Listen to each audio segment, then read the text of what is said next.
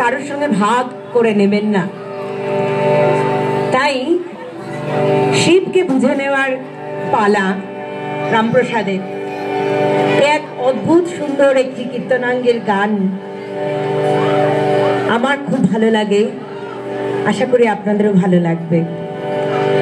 গলাটা খুব একটা স্বাদ দিচ্ছে না, তবুও আমি গাইব। এবার আমি বুঝবো হরে, এবার আমি বুঝবো হরে, মায়ের ধরবো চরণ নব জোড়ে। এবার আমি বুঝবো হরে মা, এবার আমি বুঝবো হরে।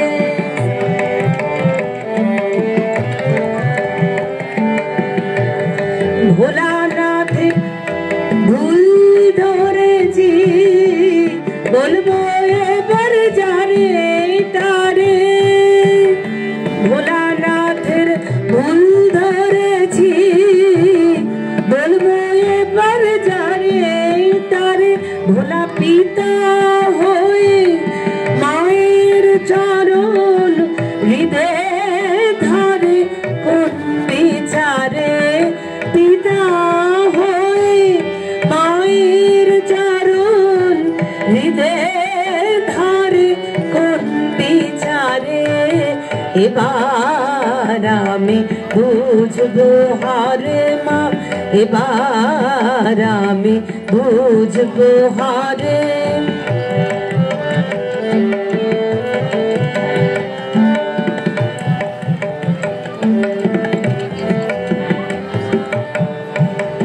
পিতা পুত্রে একই ক্ষেত্রে দেখা হলে বলবো তারে। পিতা পুত্রে একই ক্ষেত্রে দেখা হলে বলবো তারে। ভোলা আপন ভালো চায় যদি সে, চরণ ছেড়ে টিকা মারে। আপন ভালো চাই যদি সে, চরণ ছেড়ে টিকা মারে। এবার আমি বুঝবো হরে মা, এবার আমি বুঝবো হরে। ধরবো চরণ লব জোরে।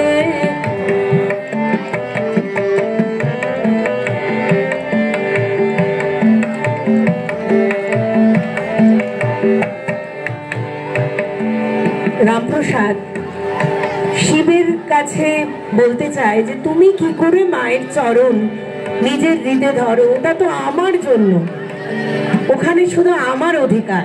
ওখানে তুমি কি করে পিতা হয়ে মায়ের চরণ হৃদয়ে ধরছো? এই জন্যেই এখন লড়াই চলছে যে ওই চরণ শুধু আমার, ওই চরণের অধিকার শুধু আমার, এবং শিবেরও নয়, ওই চরণ শুধুই আমার।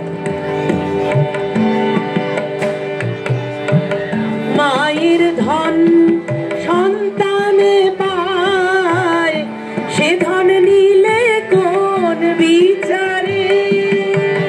মায়ের ধন সন্তানে পায়, সে ধন নিলে কোন বিচারে। শিবের দোষ বলি যদি, সে দোষ লাগে কারো পারে।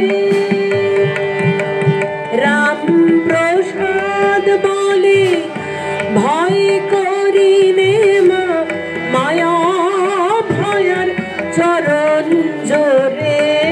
প্রসাদ বলে ভয় করি নে মা, মায়া ভয়ার চরণ জোরে। এবার আমি বুঝবো হরে। লড়াই জমে গেছে, শিবের সঙ্গে লড়াই জমে গেছে। এবার আমি বুঝবো হরে, ধরবো চরণ লব জোরে। মায়ের ধরবো এবার আমি বুঝবো হরে মা, এবার আমি বুঝবো হরে